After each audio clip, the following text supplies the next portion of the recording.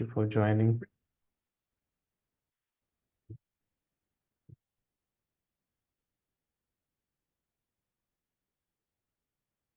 So as we see, participants are joining from different geographies in India and from outside India also. So thank you for joining this critical session. And we would shortly begin in 1 or 2 minutes. We are waiting few more participants to join.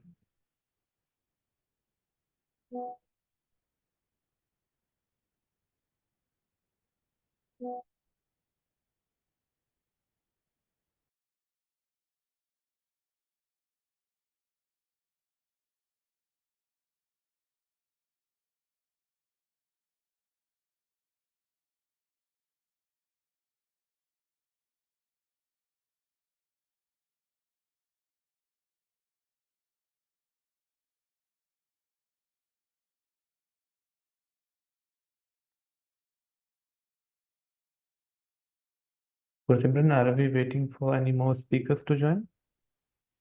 Okay, I can see Mr. Matthew has also joined Yes, now. sir. Yes, sir. Mr. Matthew is here. All right.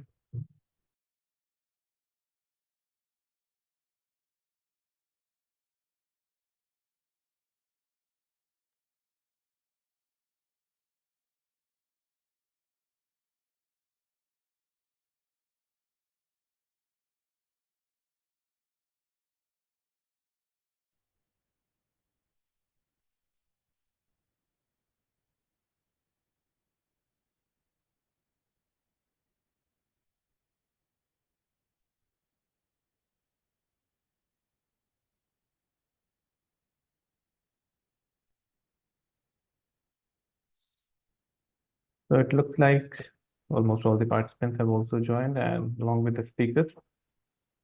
So we would like to begin the session now. Before that, I would like to once again welcome all the colleagues, esteemed panelists, and valued participants. I am Altamash Khan. I am Program Manager for Interagency Coordination for Sphere India, and I'm also looking after the sector coordination for Cash Working Group in India. And in past also, in 2021, 2022, we have developed one module and we did several sessions, consultations also on cash programming, multi-purpose cash transfers during emergencies and disasters. In India, we also have a cash working group, which is being led by different uh, experts and practitioners from different organizations in India and beyond India also. So with that, I would like to welcome you once again to this very important and critical session on multi-purpose cash transfer and voucher assistance programming for India.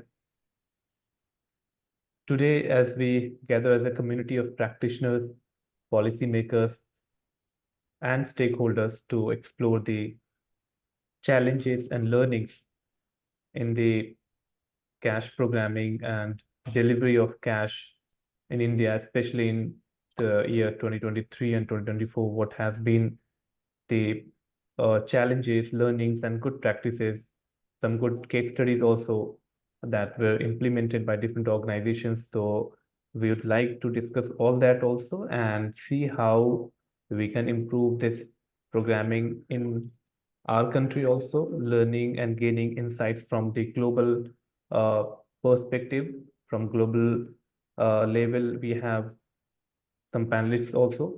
We will introduce them later on throughout the sessions. Before that, I would like to welcome our moderator for the day, Mr. Mahib Bhatt. He is basically the director of All India Mitigation Institute, AIDMI, Gujarat, and he has a very sound and profound experiences in cash working delivery and leading several projects in India. He has led the cash transfer programming in 1998 when there was Kandla cyclone. So that was his first such experiences of cash programming and delivery of multi-purpose cash and voucher assistance to the uh, disastrous affected population. He has also piloted across 8 types of hazards and around 14 disasters, such kind of programming, and in 9 states across India.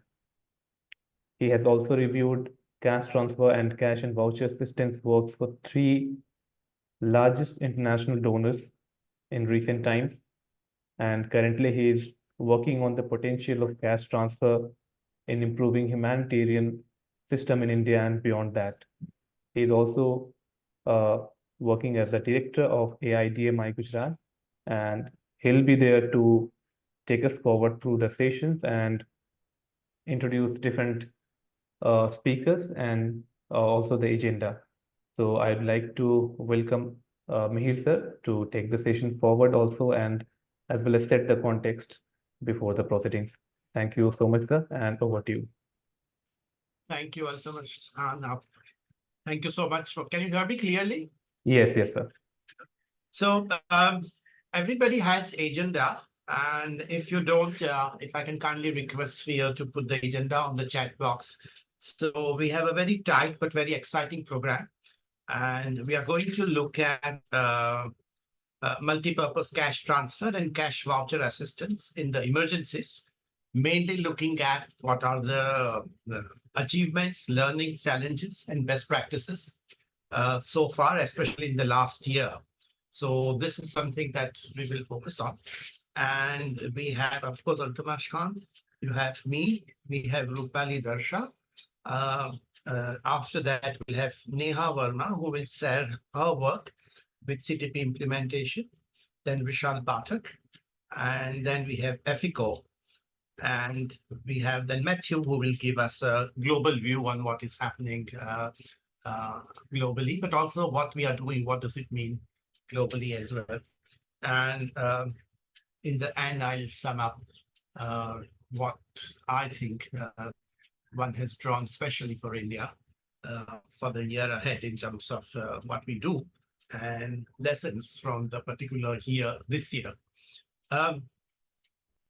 As you know, the multi-purpose cash transfer is not a new idea per se. We ourselves had done that first after the Kandla cyclone with Oxfam support in 1998, and subsequently almost each year we've been doing that with some variation or the other.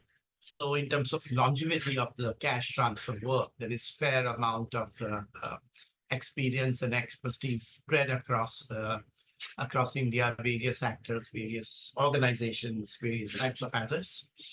And Sphere India, particularly with its leadership in IAG coordination, has been focusing on making the multi-purpose cash transfer far more effective, and also the cash and voucher assistance program spearheading that ahead as well.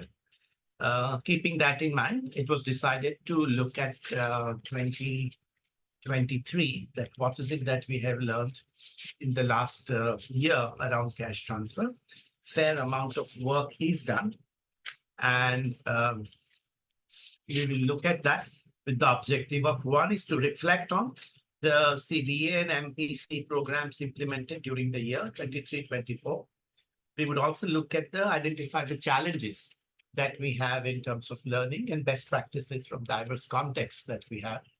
And we have excellent 4 presentations around that from CRS, AGRA, of course, Christian Aid. We also will look at the global developments in cash delivery and their relevance to India. And Matthew Tibbet from Christian Aid, who's head of policy and practice, will lead that. And then we will explore ways to align India's CVA MPC program with global standards, ensuring scalability and sustainability, but also in terms of far greater impact how cash transfer can have. So we would look at that. And in the end, define a way forward for the integration of CVA and MPC in disaster management strategies, as you see. So that's the step. To start with, I just wanted to mention a couple of things that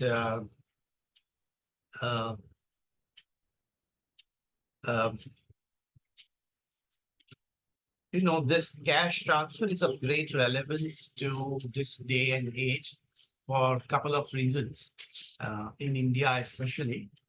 One is that the Prime Minister and the country is committed to financial inclusion, that every person should have a house and every person should have a bank account. So the linking with the banking system and that for the cash is something that the country is pushing very fast. And if it happens during the development time, normal time, why shouldn't it happen during a not so normal time, especially during a disaster or crisis? So from that point of view, what we are discussing is of great relevance. The second reason is that there has been large cash transfer program recently done with the farmers in the development sector and with the COVID-19 related, some of the groups which are affected. So we have the experience at a certain scale, which we didn't have before. So that's the second reason.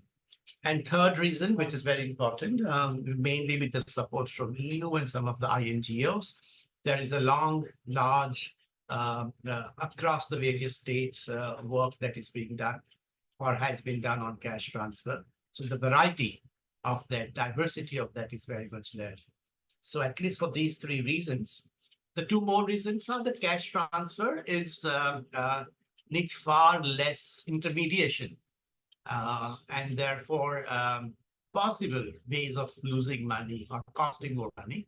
And cash transfer, we'll have to see, it's not proven yet, but also seems to be far more carbon neutral or less carbon footprint, as well as less water footprint for that. So maybe environmentally a bit more sound than actually physically moving material and men from one place to another. So in this setting, the cash transfer work of 23-24, we will be discussing. We have a very able group today, and which includes Matthew, who is a Christian Aid's Global Cash and Markets Advisor. And welcome, Matthew. We have Rupali Darsha, and she is dedicated to development, but within that, disaster shocks. And last 18 years, she's been working with Catholic Relief Service, and that's one of the major actors during the crisis. We also have Neha Rani Verma, and who has been working with ADRA. And again, for last 2.5, 3 years, she's been very actively involved in cash transfer, and she will share her experience.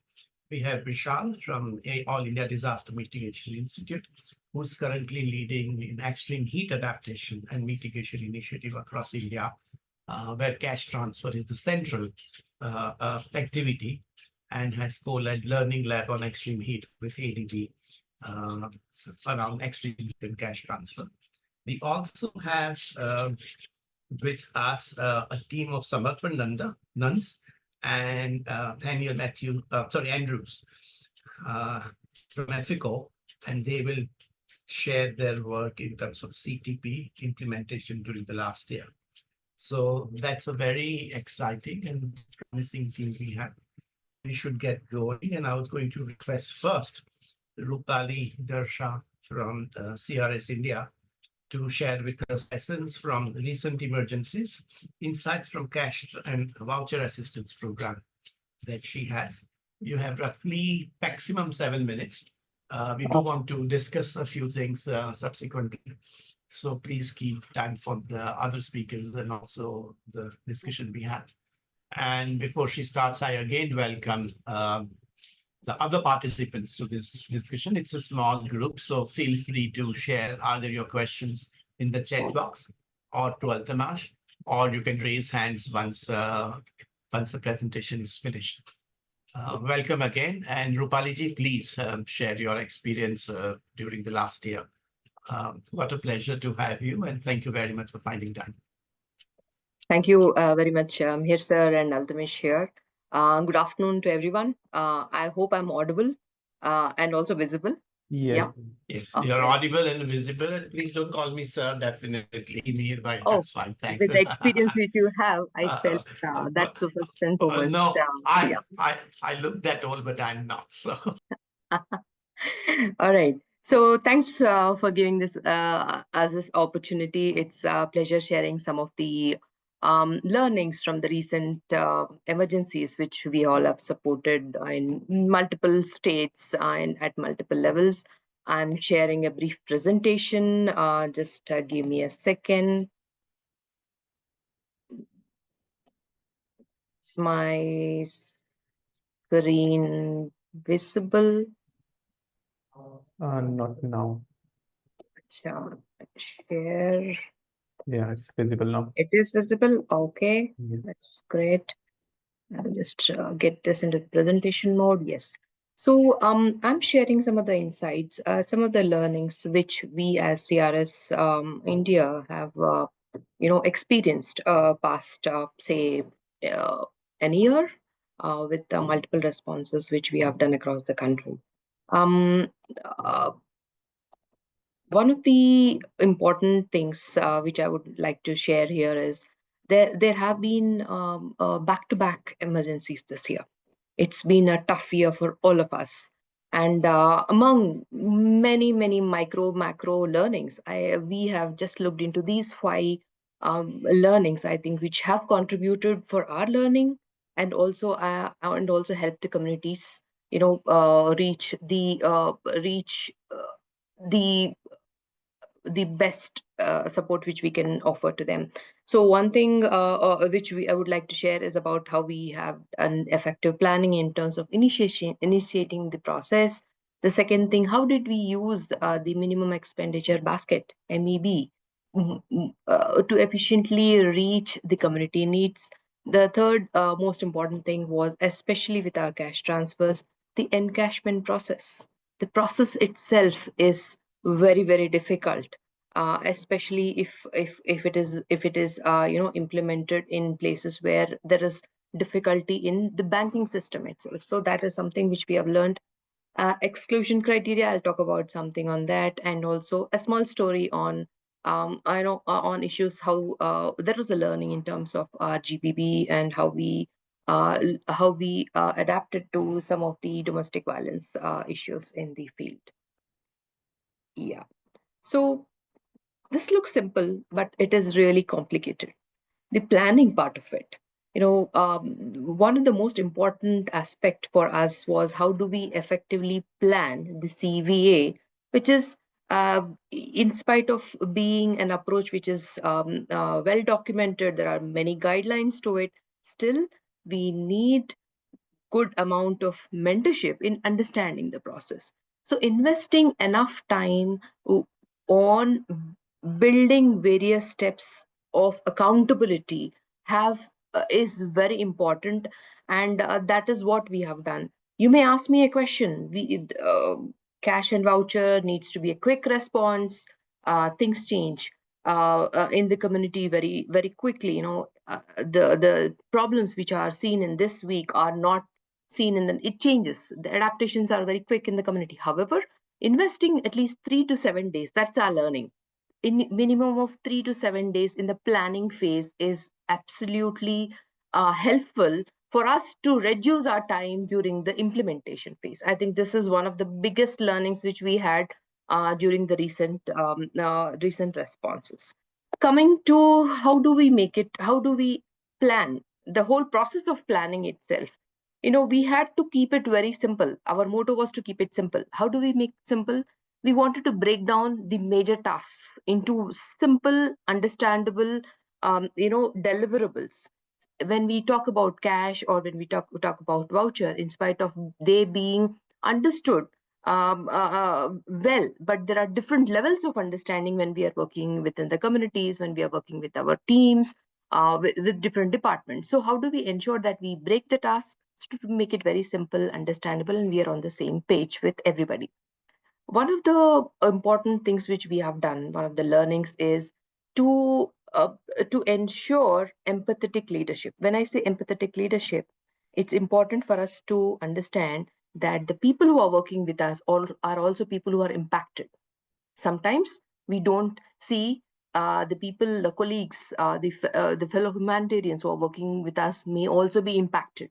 So that is one major thing which we have, which we ensured to invest our energies all through the process of this year in terms of responses. The second important thing is how do we ensure to understand all the capacities within our team members. If we have a group of 10 working on meal, finance, procurement, we need to understand our capacities, and we need not build capacities in save time in areas where they are already experts, but invest time where they need capacity building, especially mentorship in terms of accompaniment. How do we give more time to individuals who may need support, especially for cash and voucher? I think our team was very consistently working with the finance teams to ensure that everybody is not are making the process more smoother. We have used RACI matrix to ensure we don't have overlap of timings in terms of who is responsible for a role, who is accountable for a role. That's the matrix which we call RACI matrix, or who has to be concerned or who has to be just be informed. This low role clarity at the planning stage has actually saved so much of our time in terms of meeting people, in terms of not meeting people. So that matrix has really helped us in this process. The fourth important thing is how do we ensure connectivity and coordination. When I say connectivity and coordination, for an approach, a program, CVA programming, we had many questions from the community members, the village leaders, but if the information or the feedbacks comes to multiple levels, it was very difficult. So everyone in the team are requested to have all the information on the phone numbers, the people whom they need to be connected, how to be connected. Everybody were on the same page. So I need to depend upon a second person to just connect to somebody to ask something. Now, that was also very important for us. As I said, dedicated support to the finance team. We need multiple people working in the finance, from the accountants to the managers, because this is cash and voucher. We sometimes calculate the human resource which we need for this department, but this department needs additional mentorship, additional accompaniment, and on-job support. So this is part of the planning which we have done. The second thing which I wanted to emphasize is on the minimum expenditure basket. I think this is one of the important criteria which we have used to ensure that the value which we are trying to calculate is in accordance to what communities understand or communities want to have, and also to have a better buy-in. This we do understand minimum expenditure basket, but how is it ensuring the sphere standards where we say that we need 2,100 kilocalories per individual per day? This and is our basket aligning to the market analysis which we have made? So in the market, if are the goods available, are how do we connect with the vendors? If the market tells us, okay, these are things which are needed, how do we ensure that these are adequately parallelly adjusted? How do we manage? This was one of the important learnings which we had. When we talk about the selection criteria, I think additional emphasis is always been on inclusion criteria than the exclusion criteria. This was one of the important feedbacks which we received during this year, wherein it is important to understand the exclusion criteria when we are actually designing the selection of criteria for the households. So these are some three major things which we could exclude from our selection of the households: families with government jobs, pension holders, or households with big business. It's not necessary that they may also be impacted, but we are looking at the most neediest individuals in the community. So this was one of the important learnings which we had, where we have looked into the selection criteria with a lens of exclusion in this process. Then the process of encashment. As I said, the finance team really needed extensive support in terms of designing the small steps in terms of how do we begin the cycle when we actually transfer the cash until we reconcile and close. It's a long step. There has been multiple levels of verifications which were needed. There were issues with dormant accounts.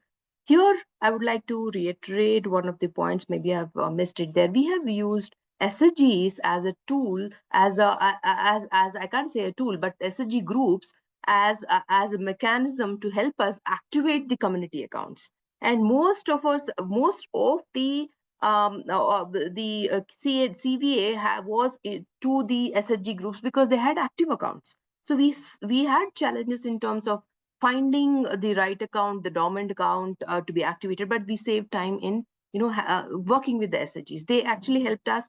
Their financial literacy of the banks has been marvelous. I think we really have to use them if we are looking at CVA in the communities which are far-fetched, difficult to reach, for example. So, but this process has been tedious. There were also issues of IFSC code. Imagine that time wherein there was merger of banks, and it was so difficult.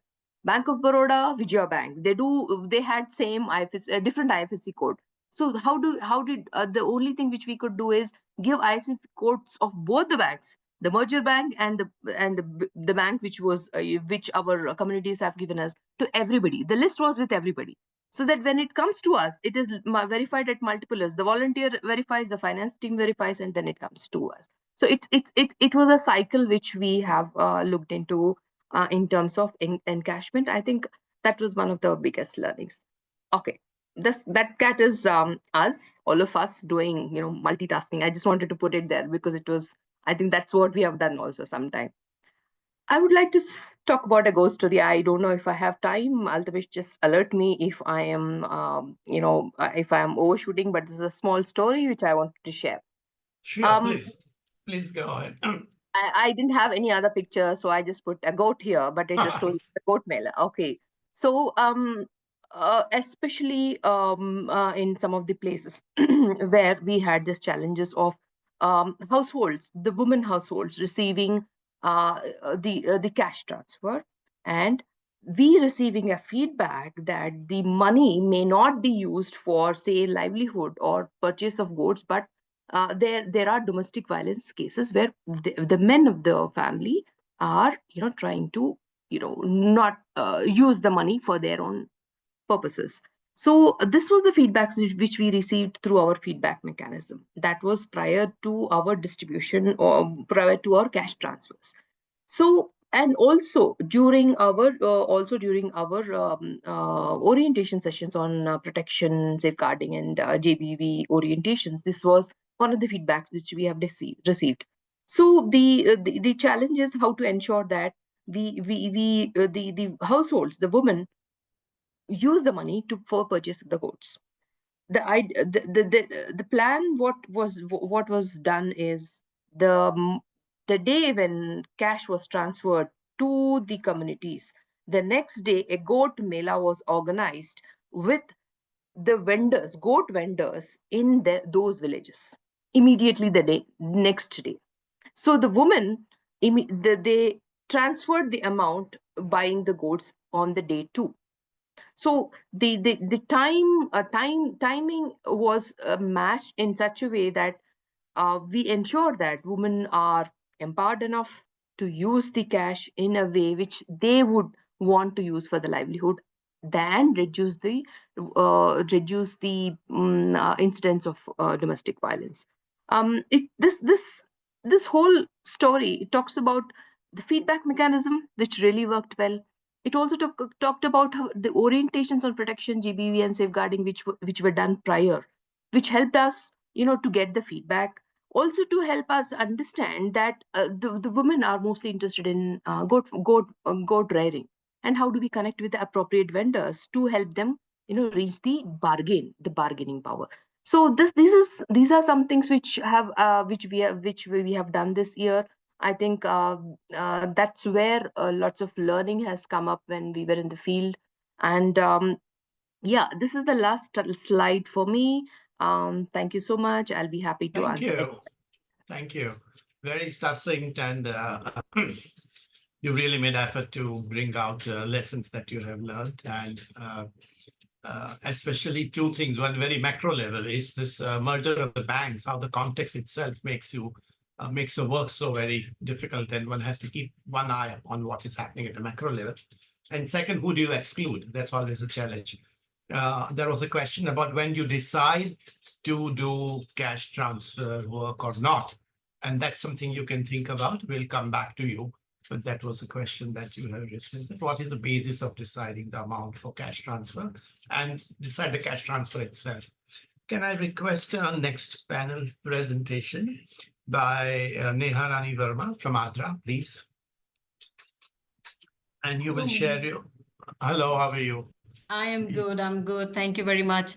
Mihir, is it okay if I don't have the presentation? I'm sorry for that because I was a little bit here and there, so I didn't get the time for that. But then I'll be sharing the experiences of ADRA. And the problem is that where I'm sitting, the networks are not that good. Is it okay if I keep my video off? No, it is not okay at all. We have to see you. What do you look like today? You are happy and smiling. No, I'm just kidding. I'm just kidding. Of course, it's all right. Of course, it's all right. Please go on. No. Basically, yes, you can see Yeah. me, but the problem is here. No, I am I'm sitting just, in Siaha in Yeah. Mizoram, and the Yeah. networks are a little bit fluctuating here. That's why we face the problem of keep going and coming. Yeah. That's why. I absolutely. We just wanted to know you are happy and smiling. Thank you. I always do that. Okay, so I'll be sharing the experiences of ADRA from 2023 to 2024, and most of the things have already been shared by Rupali ji. I was going through the challenges that she was speaking about for this the bank account, because we have gone through the same thing because of these merging of banks. We have also struggled a lot. So most of the thing has been taken care by Rupali ji. I'll be going with the ADRA experiences, but first and foremost, I would like to express my heartfelt gratitude to Sphere India for inviting ADRA to this important consultation. And it is a privilege to be among such esteemed colleague and practitioners dedicated to improving humanitarian response. This is my first time that I'm speaking, and unfortunately, my networks are not that good. I'm really sorry for that. So let's start, because the time limit that Altamash has given is very shrinky. So I'll start with the multi-purpose cash transfer. So as I'm going to reflect on the experiences from 23 to 24, one of the most crucial lesson we have learned is the importance of adapting our programs and the modalities to the unique culture and contextual realities of the region we serve. So we are ADRA basically working in Mizoram, Himachal, Tamil Nadu, and the context is completely different in all the areas. So no two communities are the same, and this principle was central to the success of our intervention. We kept this thing in our mind. So for instance, the region in Himachal and Mizoram, where traditional community structure plays a vital role, we ensure that our cash voucher programs were not just culturally sensitive, but also designed to align with local dynamics. So this required a close consultation with the community leaders, where the community engagement plays the most important role with the beneficiaries and with the local authorities to ensure the intervention resonate with their needs and the realities.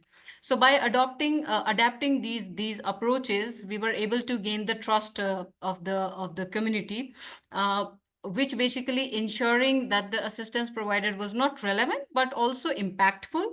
Because here in Mizoram, Himachal, we have seen that the cultures, not we have seen, the culture is literally different, and the people have different kind of need. So in the cash transfer, the most innovative aspect of our programming, where we recognized that the affected population often have diverse need, and ADRA aim to provide the flexibility of cash assistance while preserving the program's core objective. To achieve this goal, basically we integrated, or we can say we merged the voucher modality into our multi-purpose cash transfer. So basically what happened, we the problem that Rupali ji was discussing, that this gender-based violence happen, where the women has to face all these challenges because of voucher, or maybe money has been given. So this was the same issue that we were facing in our working area. So what we did, to understand the situation, after understanding it, we merged the voucher and the multi-purpose cash transfer together, where we conducted multiple, or we can say the several FGDs with the community, understanding their needs, and all those kind of needs were papered in one list, where in the different districts we came to know that there are multiple needs for multiple families, and when we listed them, it came to like 10 to 15. So what we did, we just penned them down in the voucher, and then we identify the vendors who can basically provide all those items, or if not all those, then 2 or 3 vendors merged together. They came together, and then we worked with them. All the beneficiaries from camp, from the villages, they came to the places, they redeemed the voucher, and without any difficulty, it was kind of a success program that we conducted in Himachal and also in Mizoram. So this was one of the what to say, it was kind of innovative, because voucher and cash both were working together, and the commodities were already mentioned, and the people were not facing any kind of challenges in redeeming their commodity from the identified vendor. Plus, the most another activity or the initiative that we have done was the rental support program. As Rupali ji were saying, this merging of banks, we face the same challenges in this. But here, instead of directly providing cash to beneficiary, we transferred the fund to the bank accounts of the house owner. This method was particularly effective in ensuring that the fund were used for their intended purpose, securing safe and dignified housing for the affected population. So at the same time, it built a sense of accountability and mutual trust between the beneficiary and the house owner or the landlords. The next one that we have done is the cash voucher assistance, where the most unique part for us after our learning was bringing market to the affected population and not the population to the market. So this was the significant aspect of our humanitarian response in 2024. This modality has consistently proven to be one of the most effective ways to empower affected population by offering them the choices while stimulating local economies. So in this program, basically, we brought the market to the camp areas or the village area or the vicinity areas where the affected population is residing. So through this, basically, we got not we got, but the beneficiary, they received multiple benefits, where the accessibility, because of which it minimized the burden of vulnerable population, especially women, children, and the elders who would otherwise have to travel long distances to reach market. And then the support to local economies, we all know about this. By engaging local vendors, we ensure that the economic benefits of the intervention flow directly into the community. Because most of the time, what happened, there is an emergency, there is any kind of DRR. If we are bringing material from different state to the another one, there may be differences in the material, the choices, and the quality. Maybe the people from the current location, they don't like it. So that is why this voucher systems helps a lot. This approach was not only logistically efficient, but also showed the power of the adaptability in humanitarian responses. So that is what basically helped ARDRA in fulfilling the needs or to meet the needs of the beneficiaries by bringing the market to the people. We tried to bridge a critical gap between immediate relief and long-term recovery while maintaining a core principle of choice and dignity for those who served. The challenges when we were talking about, I didn't mention the challenges because the challenges were same as we always face.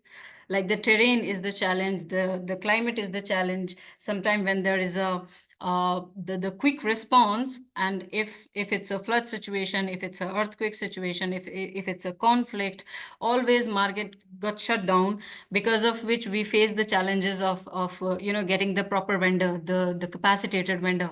But here, fortunately, we haven't faced such kind of challenges, and the teams that we have got with us are pretty good to overcome the challenges at the same time. So we haven't faced such challenges as of now. The only thing is that I would like to emphasize that through interventions like multipurpose cash transfers and the cash voucher assistance, we have been able to make meaningful strides in this direction, basically. So especially by adapting our approaches to the unique needs of different context is giving the beauty to this concept. So these are few of our intervention that we have done in our serving areas in India. And as of now, we are working in Himachal, Mizoram, Tamil Nadu, and few more areas of UP also. These are the things that we are doing, and that is all from my end. If there is any question, I would like to take. Thank you, Mihirji. Viro, thank you. No, this is very useful presentation you gave, and thanks for sharing your work, especially merging of the multi-purpose and the voucher program is new, and that we should talk about a bit more once other presentations are done. May I request Vishal Pathak from All India Disaster Mitigation Institute to talk about your cash transfer for extreme heat impact and how in something which is very rapidly expanding as extreme heat, cash transfer could be one of the solutions. Vishal bhai, may I press you a bit more to focus on time and be crisp and quick, but of course clear. Thank you very much. Thank you so much, Meera, and thank you, Sphere, to organize this. Really helpful, and also the background already set. So here we are going to discuss about case transfer in the context of extreme heat. Very much, different contexts. We focus on the small businesses, and we know that how these small businesses are really helpful, not in terms of normal time, how much they are contributing in national GDP, but as well as also in the disaster recovery time, how they are, pushing in terms of local economic recovery.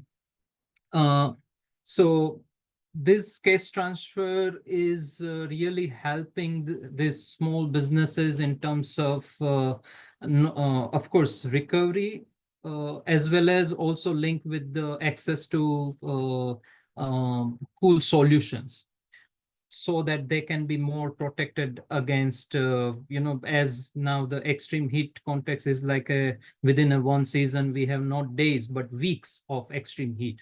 So it is like in a one season, we receiving forecast, we receiving this extreme heat multiple times. So it is also linked with not only loss and damage, but also anticipatory action point of view.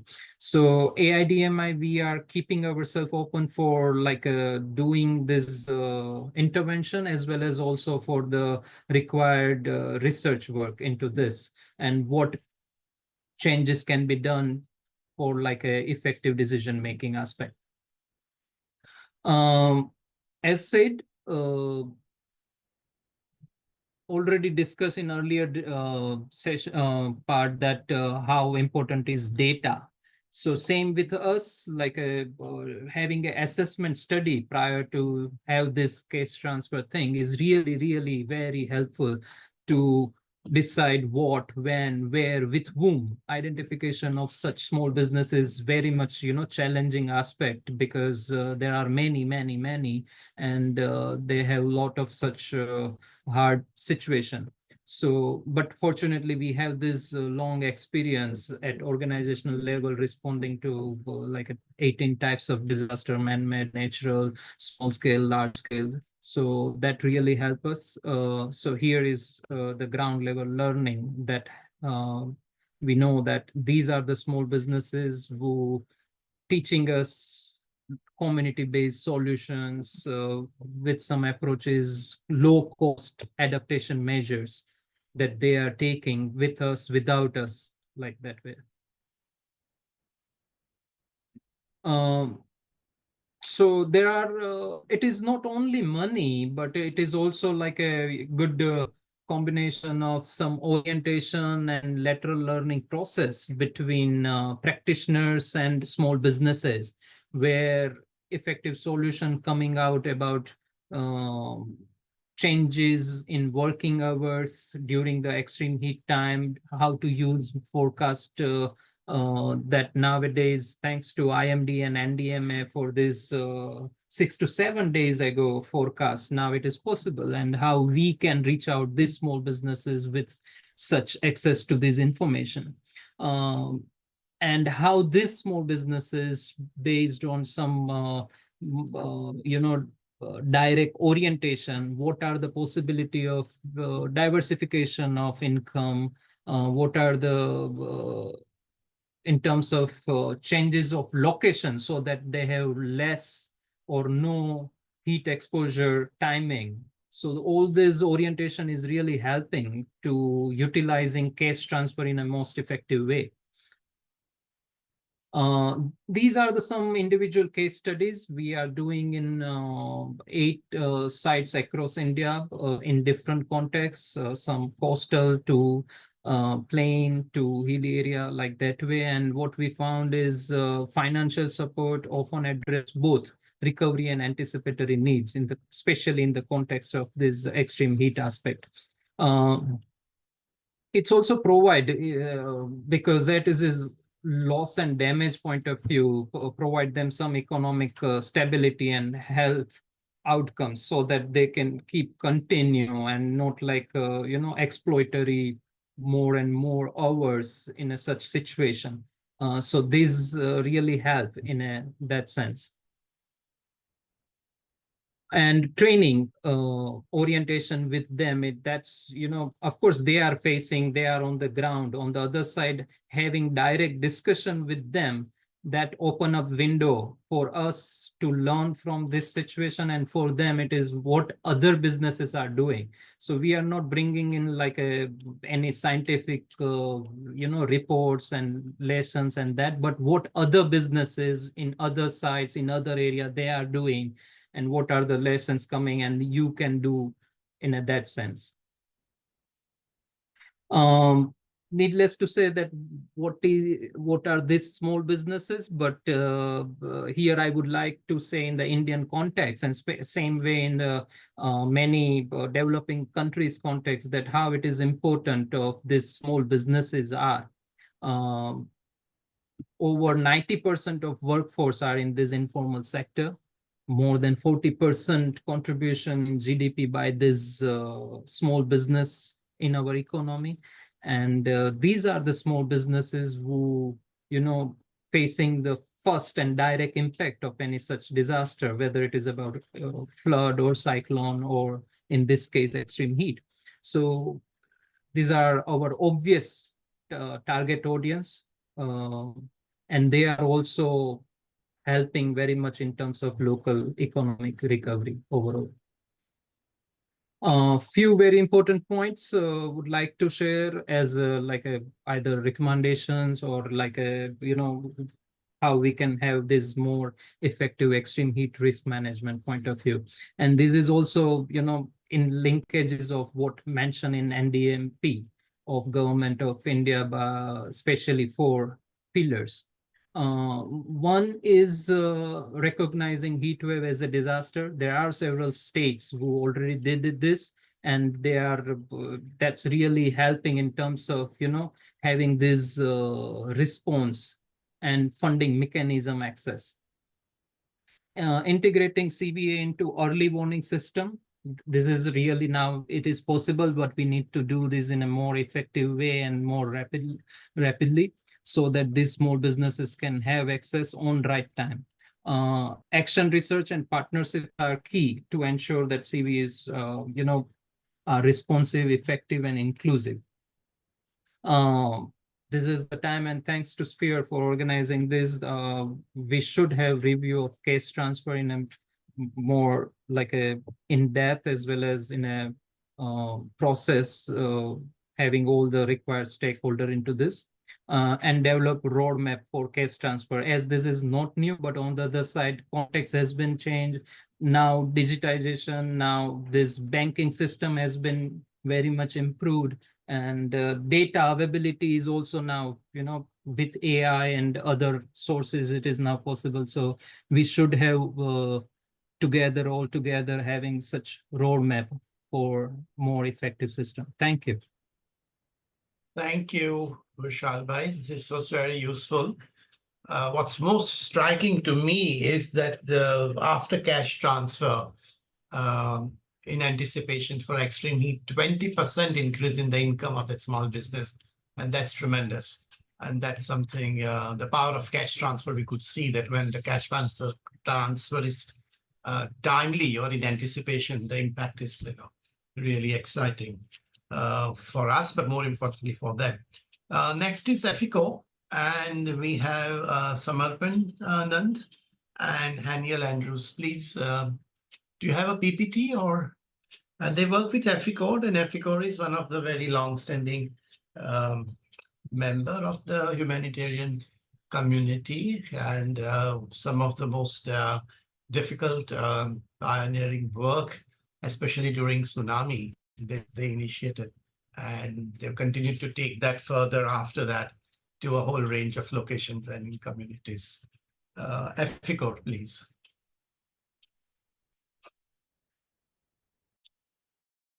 Yeah, I'm Haniel from EFICO. We Hope can I'm hear audible. you. We can hear you clearly and see you clearly as well. Yeah. So I thank Spare India for giving us this opportunity to share our experiences. So I'll be sharing the past experiences we had during our emergency responses during the flood times and the landslide times. And please do that, but try to also focus on the last year, because we're trying to draw lessons for what did we learn from last year. So give the background of the years of work that you have done on cash transfer, which is very important and path-breaking, but also focus on what you've done this year. Thank you. Okay, sir. Okay, sir. Yeah, so I'll be sharing from the last 2 years experiences which we had. And so and during the time of crisis, in this current scenario, there is a lot of material support happening, but there is very less amount of real cash going to the people who are affected in crisis. So people, for example, during the Wayanad relief, there were a lot of material support. So there are people giving a lot of rice items or dry rations or sanitary napkins or bed sheets and so lot. But in crisis time, people don't really have cash in hand to buy something for their choice of needs. So if you go to the relief camps and you see, like, though they get tea, coffee, or though they get food or everything, but still, if they have any things they want to purchase on their own, they don't really have money in hand. So so the first thing when we implement is like we try to get the correct data. So which I think we have someone has showed earlier. So first one is like we try to get the right data. So one data we can collect it from the government officials. So they have the list of people uh, uh, who are affected during the time of crisis. And one other we can go to the field and we can collect right from the affected areas. So next, so in FICOR we have done cash transfer directly to the people who are affected by crisis directly into their bank accounts. We have transferred the money. So we have collected. So once we collect, we get the right data from the panchayat or from the government officials. Then we do a verification call. So we call the beneficiary and we check whether they are affected during the crisis, and we collect their bank details. So we collect the bank details of the people who are affected through using a COBO tool, and through that we collect the bank details. And once we collect the bank details, we send it to the finance team, and they screen all the bank accounts, and then we proceed for the cash transfer. And once it has been verified, then the amount has been transferred to this people's account. And after that, we also do a confirmation call whether the money has been received. There are some cases like where the money has not been received to the person because their bank KYC has not been updated, or their account is not active for a long time, or change in IFSC codes. So this all issues we have faced. And in some cases, in some places like tribal communities also, they don't have bank accounts. So during that time we have provided hard cash directly into their hands. So that also we have practiced. And yeah, so my colleague Samarpan Nanda, he will share the disadvantages and advantages of the cash transfer. So I'll hand over to him. Thank you, Anil. Hope I am audible. Audible and visible also. Yes, yes. Not visible, but you're audible. Not visible. We are visible now, both of you. Thanks for this opportunity to the Spare India that they have given us to share our experience on cash transfer. And before we do cash transfer, we do market study. When we draft a proposal, we do market study because if we give case also, if they are not able to use it, then what will be the use? Then we do the market analysis, market is existing or not, and then we go for cash transfer. And as my colleague said that I will be sharing advantage. There are lots of advantage in providing cash transfer because it restore market. In the disaster crisis time, most of the market doesn't function as it was. And when we give cash to the beneficiary or participant, they demand the supply. They go for purchasing, and this create demand versus supply, and then restore and market also restore. And second advantage, what I feel from the case study or feedback what we receive from the people, it gives the value to the participant, because in crisis time, within a fraction of second or fraction of time, they lost everything, and they do not have anything for survival. But when we give cash, they within themselves they feel that I can tackle this situation, I can come out of this situation. If I'll give an example, if I make up myself fully, but if I'm not having any money in my hand, then it will not glow in my face. But if I have money, definitely the glow will come. That's what I hear from the community. Then when we give money, they have freedom to choose. What case study I received, I just relate this one. Most of the girls, particularly after the disaster, they become dropout. But when we give cash transfer, this cash transfer can be used. This cash can be used to purchase their stationery item, pay their fees. Because during this period, the parents, their primary focus will be fulfilling their household things. For example, food and necessary things. But they will be not focusing much on education. Education become secondary at the time. But when we give cash, at the time they have freedom to choose what they can do. And recently, when we were doing in the Assam plot, one of the case study I heard that touched my eye. I want to share that one. We paid 4,000 only, and when we do the confirmation call that they have received or not, that person he told that this is not 4,000 for me. This is more than 4 lakhs because I have been bedridden during this time and I have not source of any income. But you have given me 4,000. This is more than 4 lakhs for me. Then it is easy to distribute because in disaster time, it is very difficult to carry all the materials. It saves time also. It's also safe for the implementer, those who are implementing in this area. Then the beauty of the cash transfer is it includes, it makes inclusive. Because in disaster situation, all will be in the same platform, irrespective of class, creed, and everything. Then this makes inclusive. Then many NGOs may be working in this area, in this crisis time, and some may be giving false promises, or we will be giving something this and that they may be promising. But when we give cash transfer, if it's timely, we can give it.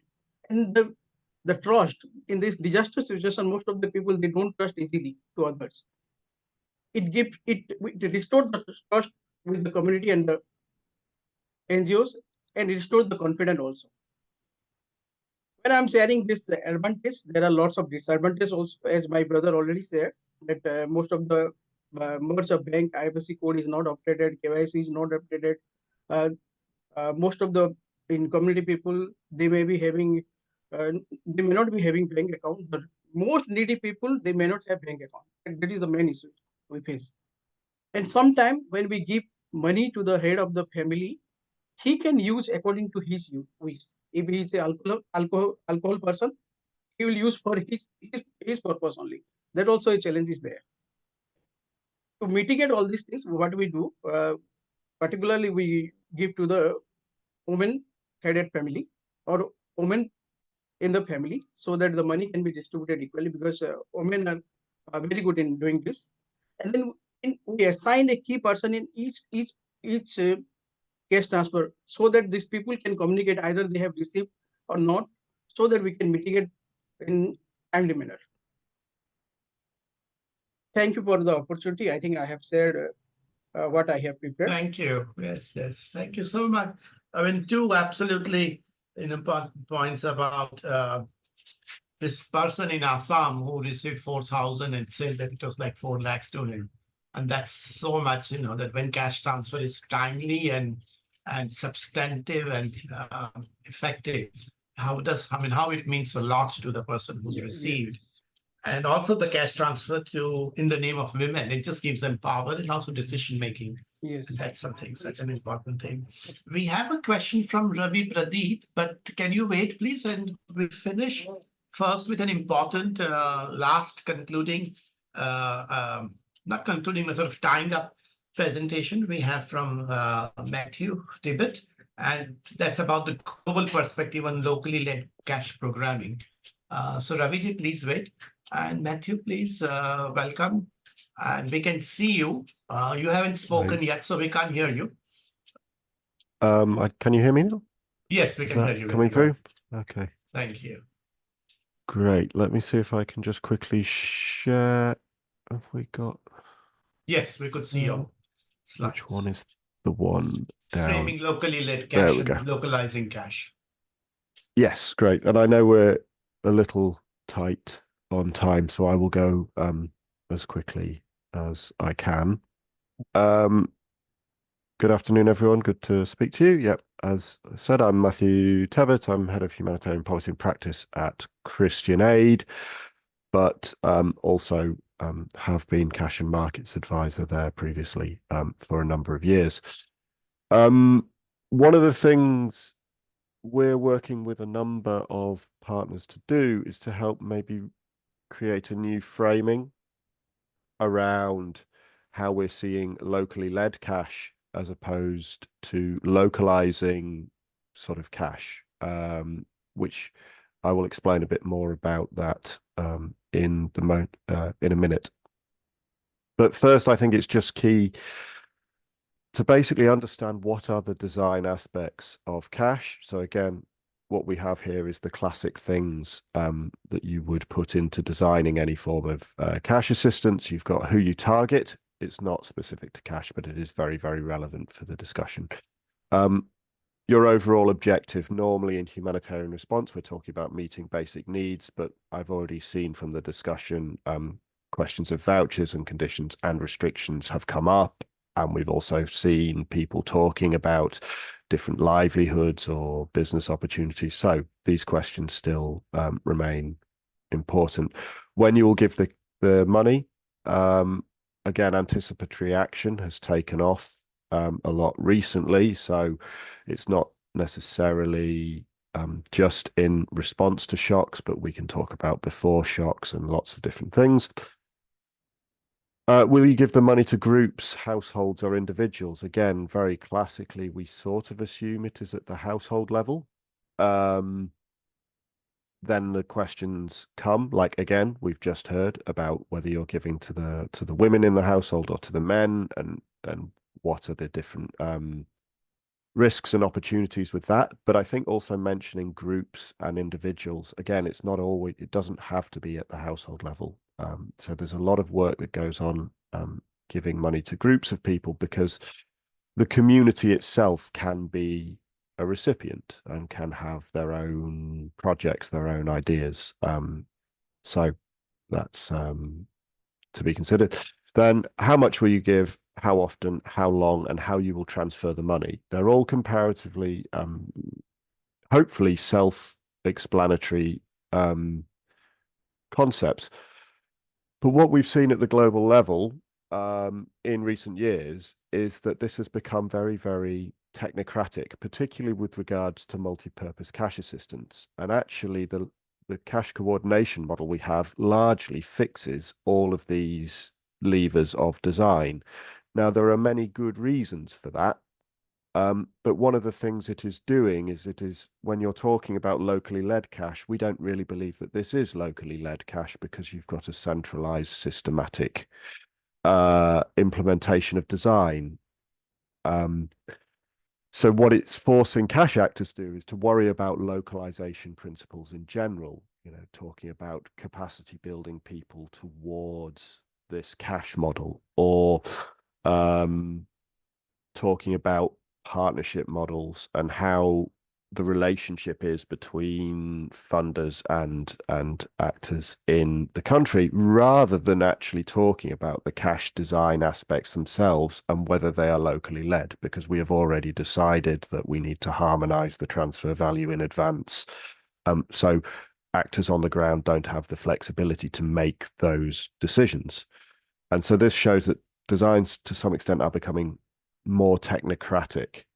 And one of the other challenges about that, not only are designs becoming more technocratic, but they're often based on assumptions we know will not be met. For example, we might do a minimum expenditure basket study, which says everybody needs however much money, but if we know in advance that we will never have that quantity of money to reach all of the people in need, we are building designs that look good on paper but don't meet up to real world realities. And therefore we have challenges of, by trying to create a single transfer value, your lever of who to target in the community is the challenge, because we're saying, well, we actually only have enough money to reach 20 people out of the 100 people affected. Therefore, we have to worry a lot about how we decide how to target those 20 instead of having a different conversation about maybe it's fairer for everybody to get the same and a smaller amount, or other conversations like that. So we have this framework that we've got, because what we don't want to do is undo the good progress that has taken place on a lot of cash coordination. And there are lots of merits to it.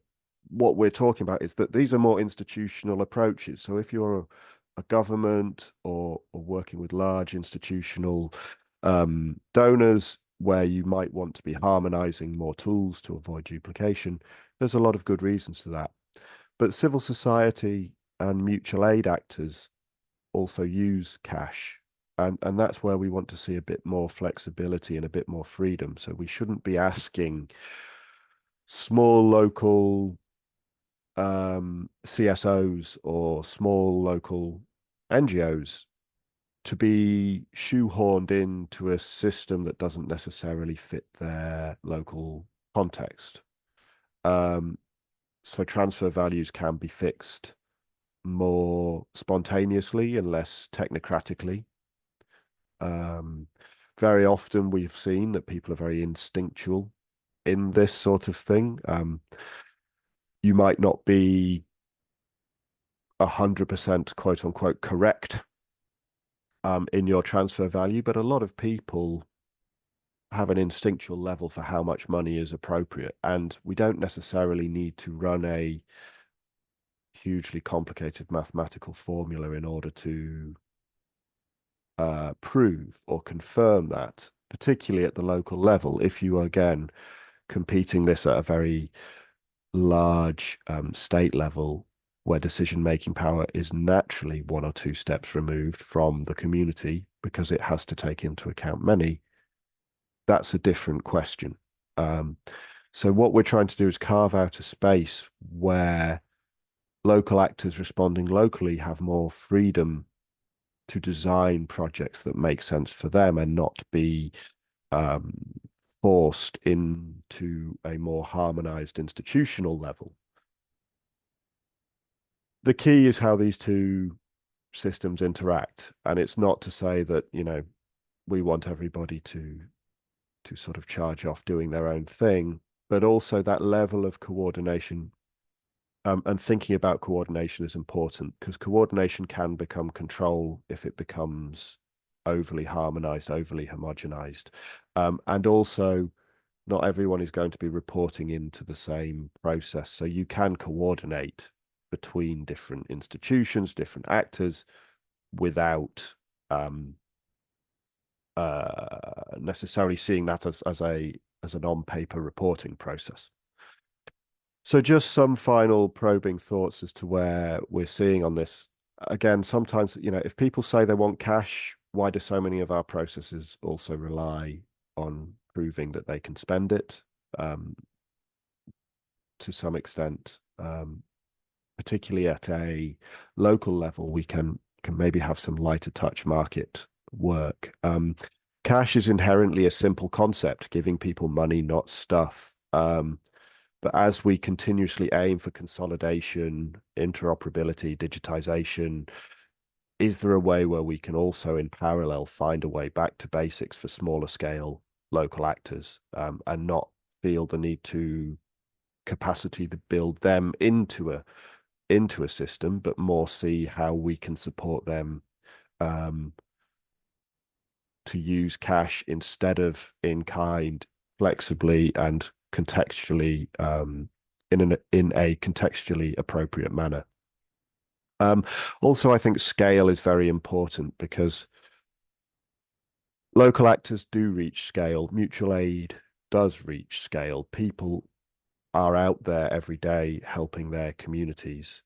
And just because we can't see it in the numbers, because it's in 1,000 different individual efforts, doesn't mean it's not there. So how do we understand scale a bit better? Because again, we often get driven down this path of thinking that because cash is more efficient than in kind, we can leverage scale. and that's great in multi-purpose cash, but also not everything comes either from the government or institutions. Communities play their part every day, and just because we don't see it, it doesn't mean it's not there. So those are some sort of final thoughts. There are some links we've got in this to the sort of some of the learning we've based this on. And one final thing to maybe mention, just to say, at the global level, a lot of these discussions happen in the cash and locally led working group convened by CALP. I will drop the link to that as well in the chat if people are interested to join that group to hear more. Hopefully, Please do. I have Yeah. been succinct enough. Matthew, you have been succinct enough, and it's absolutely heartwarming to see what you to listen to what you said about upscaling many small locally led cash transfer and cash use initiatives. Maybe we should have a slogan which says cash is small is cash, and like small is beautiful. And no, really, I mean, I mean that it's an idea which perhaps needs to be developed further. So we are run a bit ahead of our schedule, but thank you very much for a very good presentation. We have questions, and I'll request first Pradeep ji and then Hena ji. Also, we would very much like all of you to share your experience of and you don't have to ask questions. You can also share your experience succinctly about what you have done during the last year and what lesson you learned from that experience in the next 10, 12 minutes that we have. And so Pradeep ji, first you go, and then Hana ji, and then anybody else, if you raise your hands, we can come back to you. And maybe screen could be changed so we see everybody's photographs. Sir, I speak on behalf of SFRD, sir, an NGO which is working in the villages along the coastal area, sir. So recently we had severe floods, sir, where we approached the ADRA, India, and they were kind to send one of their representatives, one young lady, a dynamic lady who came, who stayed there in our villages for 15 days, sir. And we have gone through the cases, all the vulnerable cases which we identified. The women-headed families, the sort of widows and handicapped, as well as the aged people who were really in need of some support, sir. So this lady could go around, visit most of the houses there, at least 50 to 60% houses she visited along with our field staff, sir. And she could see the real need and the deserving people there who are to be assisted. So the people mostly use that money for buying vegetables and groceries in the nearby towns, because government gave immediate relief, like they gave rice, which is also again not of much quality, but some rice they gave. And they forgot to give the other vegetables and other things. Forgot in the sense they don't bother to give, So this money was quite useful. And the people there also, because there was eruption of communicable diseases, many suffered with diseases. So they used the money for buying medicines and to go and see the doctors. So it was quite useful, sir. And this is something new in our area. And we are indeed thankful to the ADRA India and functionaries who helped us in this regard. Thank you so much, sir. That's only my comment, sir. There's no question. Yeah. I just want to share my experience. Thank you for sharing your experience. What I take Thank you, from sir. what I take from what you said was that cash gives that missing, sort of helps put the missing pieces together. So there may be rice or wheat given and oil may be given, but whatever is missing, the cash will help you fill up those missing gaps, and you were able to fill in that. Dr. Hina, would you like to say something? Thank you so much, Mihir bhai. for an insightful session, and thanks to Amish for coordinating with all the relevant actors. It's been insightful. We had developed the terms of reference a few years back on cash working group, and devised some action points, some key actions going forward on how we harmonize the cash transfer responses, guidelines, and there's some work going around. We see this UNICEF study, which is basically UNICEF and NDMA study on incentivizing cash transfers, which is an attempt to actually influence and advocate with the government on modifying the STRF guidelines. And it is done with an agenda to kind of, promote gender transformation. I think there's a need. We hear from all the actors, and most of them are our partners also today. EFICOR is there, DPRC has joined, and some others are there who are right now responding in different emergencies through cash transfer programs. But there's a need of transitioning from gender sensitive approach to the gender transformative approach. There's a need of harmonizing the civil society attempts with influencing,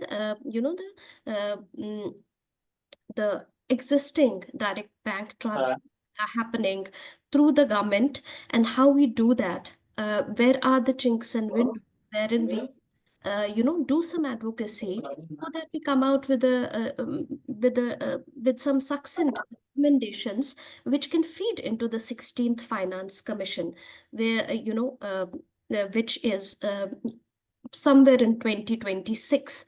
So I agree with Vishal when he said that there's a need for doing some research, doing some study, and all the actors can come together in devising some frameworks and coming out with knowing what are the best practices and how best we can kind of together pull it for some collective recommendations which can feed into the existing the state authorities, and and so that it becomes more far reaching, and it becomes more in terms of effectiveness, in terms of sustainability.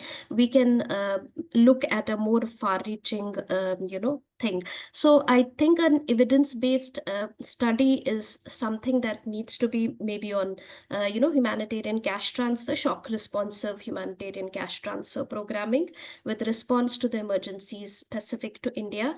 I think Matthew has volunteered that he would kind of provide all this back-end support to this coordination forum in terms of providing all the the things that might be prerequisites for putting this all together. He coming in with his own cash expertise. So being a part of the cash working group, it's heartening and encouraging to see that there is some momentum on this, but let's not make it our last, and let's keep on putting in some key actions and working on them, maybe on a monthly basis, on a quarterly basis, and hear back from all the actors on how they think that this could actually lead to something. We have learnings from global practices, especially Bangladesh. Vishal and AIDMI did speak about anticipatory action. So India has to take quantum leaps on that, and how we achieve that and how we kind of merge that with cash programming is something we need to kind of, get to the next levels on. Thank you. Thank you, Dr. Hina. As usual, you've consolidated a lot of points which are scattered and also gave that a direction. We very much pick it up in the concluding remarks. Is there anybody else who wants to speak? We are about to close. And of course, Samuel Anil Kumar, please go ahead.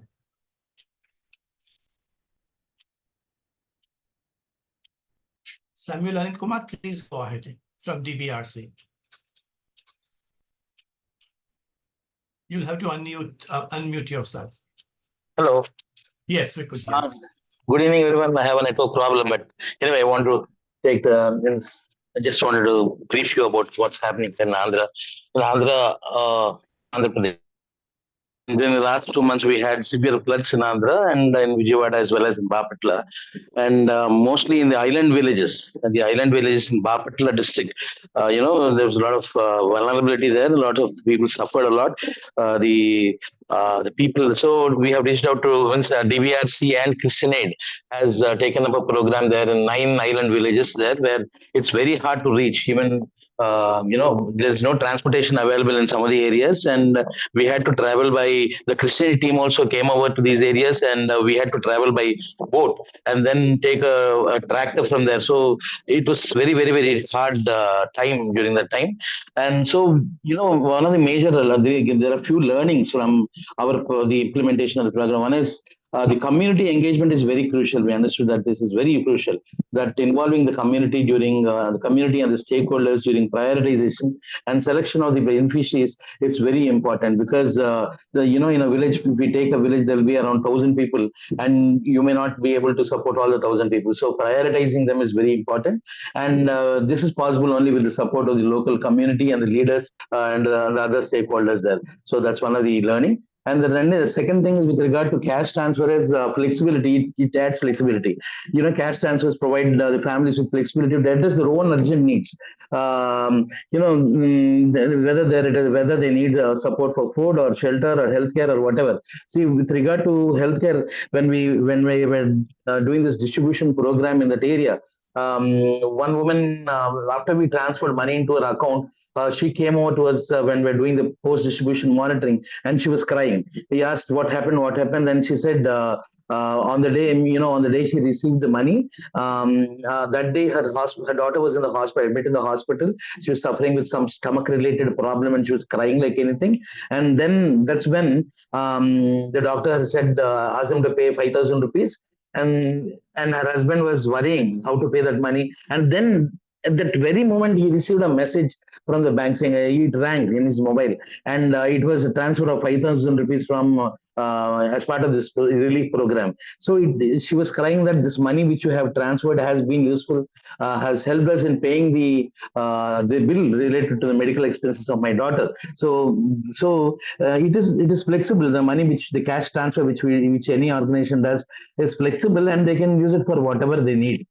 Based on their need, they will prioritize their needs. So that is one of the things which we thought. And then with regard to and one more thing is the complaint and feedback mechanism is also one of the very, very important during the cash transfer, which not only cash transfer during response.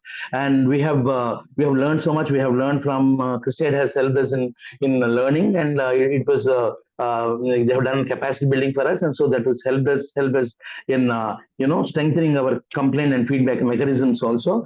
This is we also learn how it is not about doing this relief only during the 45 days or 50 days program, but also taking it forward. For example, there are people who do not have a bank account, and so we had supported them in reopening of bank accounts. Some of them IFS report issues were there. Some of them had issues with regard to the functioning of the bank account, because they were not using the bank account for a long time. So by helping them, by clearing the resolving those issues, it will help them in a longer run, because the government is also now doing this DBT. Sure. So it will definitely help. So I hope this is a problem in the network. So I hope this will be useful. And one more thing, I just want to tell you, sorry for the delay. We have done this MEB, means the minimum economic benefit scheme.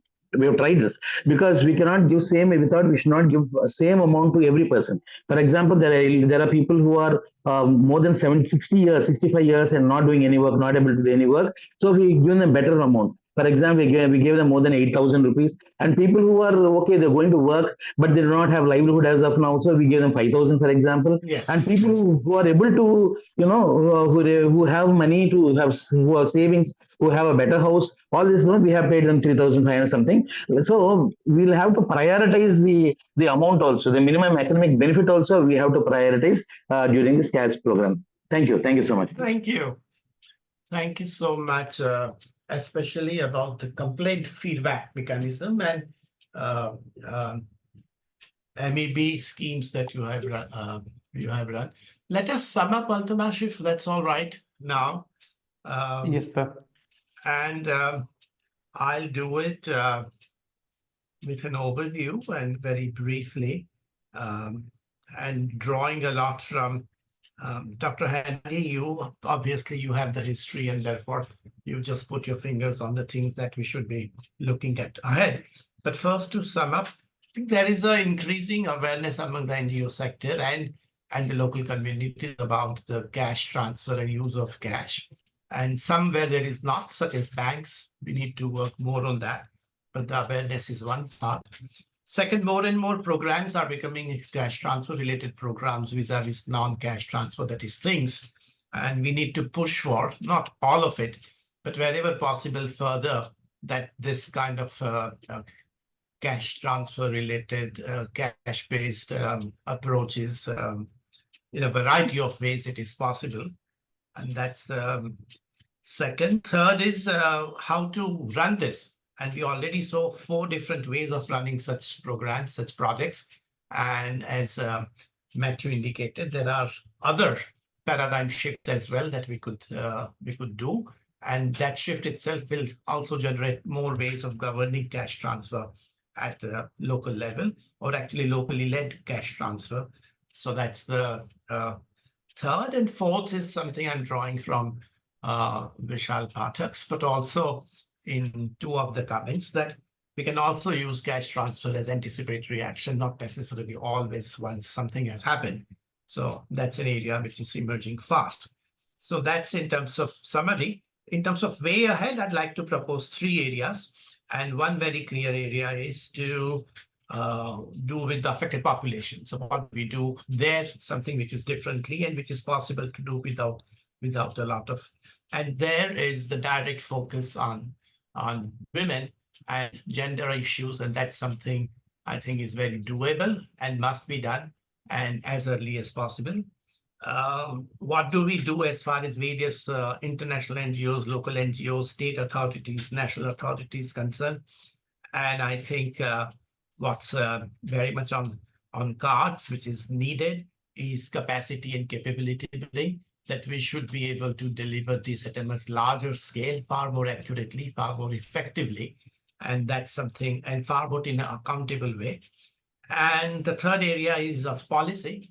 And how do we make, and we received very good example of UNICEF.